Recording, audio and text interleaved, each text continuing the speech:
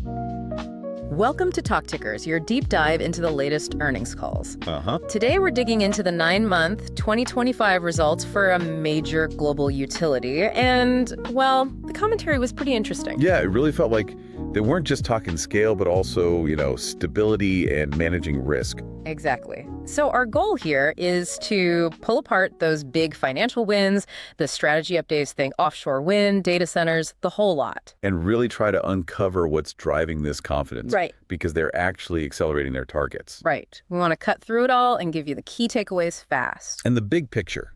Strategic execution seems to be delivering way ahead of schedule.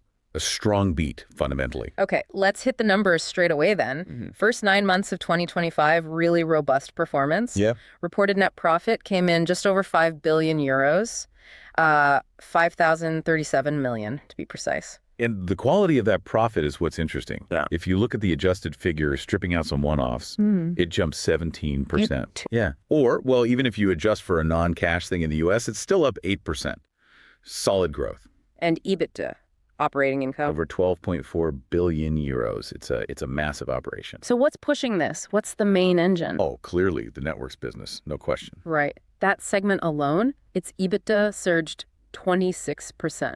26%. Huge. And they're backing that up with serious capital deployment, too. Yeah, that investment number caught my eye. A record 9 billion euros invested in just 9 months. Exactly. Yeah. And that's not just jam tomorrow, It links directly to shareholder returns today. You mean the dividend? Yeah, the board approved an 8.2% hike in the interim dividend. It's now 0.25 per share. So when you see a utility performing like this, especially one backed by regulated assets raising the dividend, that signals real confidence, doesn't it? It tells you those investments are already generating reliable cash. They believe it's sustainable. Okay, let's spend a bit more time on that foundation than the networks business. It's the core contributor, you said. Absolutely. And get this, the UK and US networks, just those two combined, now make up 43% of the group's total EBITDA. 43%. Wow, that's up significantly. Yeah, it's a 12-point increase year over year in terms of contribution share. Massive shift. What's behind that shift? Is it just scale or? Well, scale helps, but what really stands out is the regulatory environment they're operating in. Management kept pointing to it. Like what specifically? Favorable decisions. They cited average tariff increases of 10% in New York and Maine. 10%, okay. And 8% average rate increases in Brazil after their annual updates. These aren't just small tweaks. They lock in higher returns for years. And that directly pumps up their asset-based value, right? The RAB. Exactly. The regulated asset base, the RB, that's the value they earn those returns on. It grew 12% year over year. And the number is now 49.3 billion euros. That's a huge amount of strategic ballast, as you said earlier. The higher the RAB, the more predictable the earnings. Pretty much. And they also confirmed a key U.S. project, the NCC interconnection, that's on track to start contributing from November this year. Okay, so the network growth story seems pretty solid, pretty locked in. Yeah, that feels secure. So if networks are the foundation, let's talk about the future growth areas. Renewables. Right. They added 2,000 megawatts of new capacity in the last 12 months. 2 gigawatts, okay. And maybe more importantly, they've got 5,500 megawatts, so 5.5 gigawatts under construction right now globally. And a lot of that is offshore wind, isn't it? Over half, yeah. They gave updates on East Anglia 3 in the UK, but the U.S. progress was quite striking. Vineyard Wind 1. The big one off the coast of Massachusetts. That's it. It's apparently over 50% complete now. That's real steel in the water, moving from ambition to actual generation. They also talked about U.S. market dynamics, rising power prices in some areas. Yeah, that was interesting. Texas and Oregon were mentioned, places where prices can swing a bit more. But how does that affect them? Well, about 30% of their U.S. capacity is merchant, meaning it sells at those spot prices. So short term, higher prices mean higher revenue right now. Okay, an immediate benefit. But what about the longer term? That's the bigger strategic point. As their older contracts, the PPAs, expire. The power purchase agreements. Right. As those long-term deals come up for renewal, these higher market prices mean they can lock in significantly better rates for the future. So it boosts the value of their existing assets without building anything new today. Exactly. Management called it a tremendous opportunity to increase the value of that U.S. fleet. Okay, building all this takes money, huge amounts. How are they managing the finances? Cash flow looked decent. Yeah, operating cash flow is up 10%, hit 9.75 billion euros.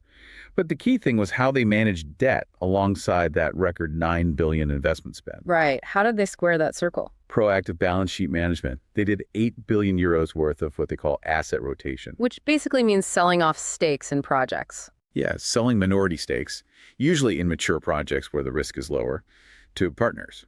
That brings in cash. So they recycle capital internally instead of just borrowing more. Precisely. And that asset rotation alone had a positive impact of 4.5 billion euros on net debt. Okay, so what's the final debt number? It's still pretty big, right? Adjusted net debt is around 48.5 billion euros, but they actually reduced it by 3.2 billion so far this year. Is that level of debt, 48.5 billion, a constraint, especially with rates rising? It's viewed as manageable, mostly because so much is tied to those predictable regulated network assets we talked about. Then it ratios back that up. Yeah, the key ratio, adjusted net debt to EBITDA, is now comfortably below 3 times. That supports their credit rating BBB+. The market seems okay with it. Okay, so solid financials, which brings us to the guidance. This is where it gets really interesting. Yeah, they significantly raised their full-year guidance for adjusted net profit. Raised it by how much? They're now forecasting double-digit growth to hit 6.6 billion euros or potentially more for the full year 2025. 6.6 billion. And how does that compare to their previous plans? That's the kicker. This new forecast is a full 1 billion euros higher than the target they had set for 2026 in their old plan. Wow. So they're basically hitting their 2026 profit goal a year early. Essentially, yes. It suggests the strategy is working even faster than they expected. Real momentum. Okay, but what's driving that acceleration? Where's the demand coming from? They mentioned data centers quite a bit. Definitely. They clearly see that huge electricity demand from data centers as a key structural growth driver. And are they actually signing deals, or is it just potential? Oh, it's happening now. They said they've already signed PPAs, those long-term contracts, for more than 12 terawatt hours per year just with tech companies, mostly in the U.S. 12 terawatt hours. How big is that? Think roughly the annual electricity use of a city like Glasgow. It's a massive concentrated load. Okay, so not insignificant. Not at all. And they highlighted a specific new deal in Spain with a company called Echelon. That first project alone needs over 1 TWh a year.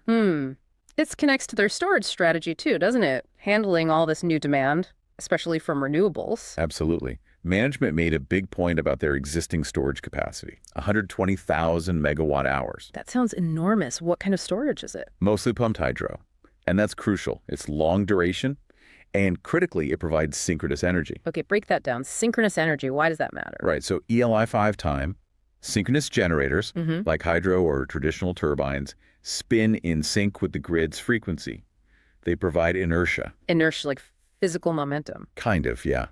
It acts like a shock absorber for the grid. It helps keep the frequency stable, prevents fluctuations, stops things collapsing if there's a sudden fault. And intermittent renewables like wind and solar or batteries, they don't provide that. Not inherently, no. Yeah. Batteries can react fast, but they don't have that physical spinning mass providing inertia in the same way. Ah, okay. And this distinction came up when they discussed problems in the Spanish market. Exactly.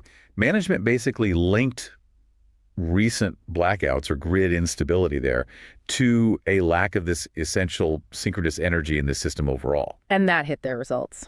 It did. It led to much higher costs for ancillary services, the stuff needed to balance the grid minute by minute. That cost them about 180 million euros in Q3. Ouch. Why did they take the hit? Because they had existing multi-year contracts with customers that didn't let them pass those costs on immediately. But they can pass them on eventually. Yes, that was the key message. As those contracts renew, they are passing the costs through. They expect 70% pass-through by 2026, almost 90% by 2027. So the margin hit is temporary, but the underlying issue, the grid needing stability, actually plays to their strengths with the hydro. Precisely. It highlights the value of their specific assets. Interesting. Before we get to our trade idea, they also touched on nuclear, right? The Almaraz plant in Spain. Just briefly. They basically said keeping it open is technically doable, economically smart, and socially demanded.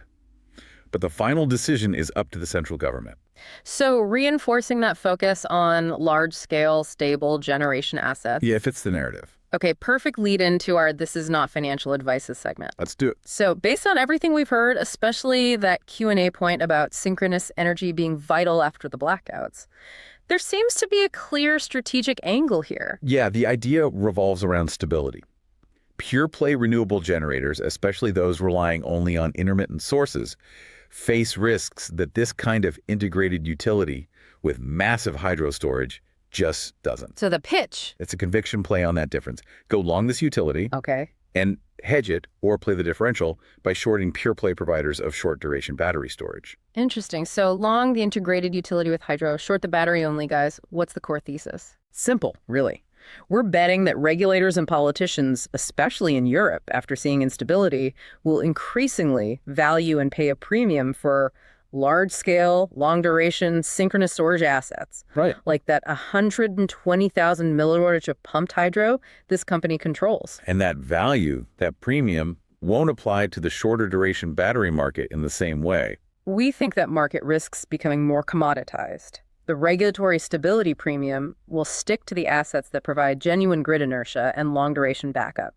This utility is perfectly positioned for that. Right. It's betting on the physics and politics of grid stability, rewarding specific types of assets. Exactly. It leverages that unique asset moat we talked about, which recent events just underscored. Okay, quite a contrarian thought there. So let's wrap this up. What's the main takeaway for you, the listener? I think it's the compounding effect. You've got the strength of the regulated networks providing a solid base. Right, the 49 billion RAB.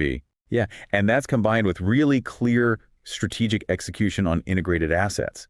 Offshore wind is getting built. They have that massive hydro storage advantage, and they're signing these huge data center contracts. And all that together is why management feels confident enough to significantly boost that full year guidance, essentially hitting 2026 targets a year early. Exactly. The machine is running ahead of schedule. Okay, final provocative thought then. Something to chew on. Let's go back to the U.S. market. Management said rising energy prices create a tremendous opportunity of increase of value for their existing renewables there. Right, because of the PPA renewals. Yeah. So the question is, if those PPA renewal rates keep climbing, maybe faster than people expect, what's the real, perhaps hidden value locked up in their 10,000 megawatts of U.S. assets? Is the market fully pricing in that potential uplift yet? Possibly not. Something to definitely think about. A great point to end on. Thanks for joining us for this Talk Tickers deep dive. Always a pleasure. We'd love to hear your thoughts or questions, so do reach out. We'll see you on the next one.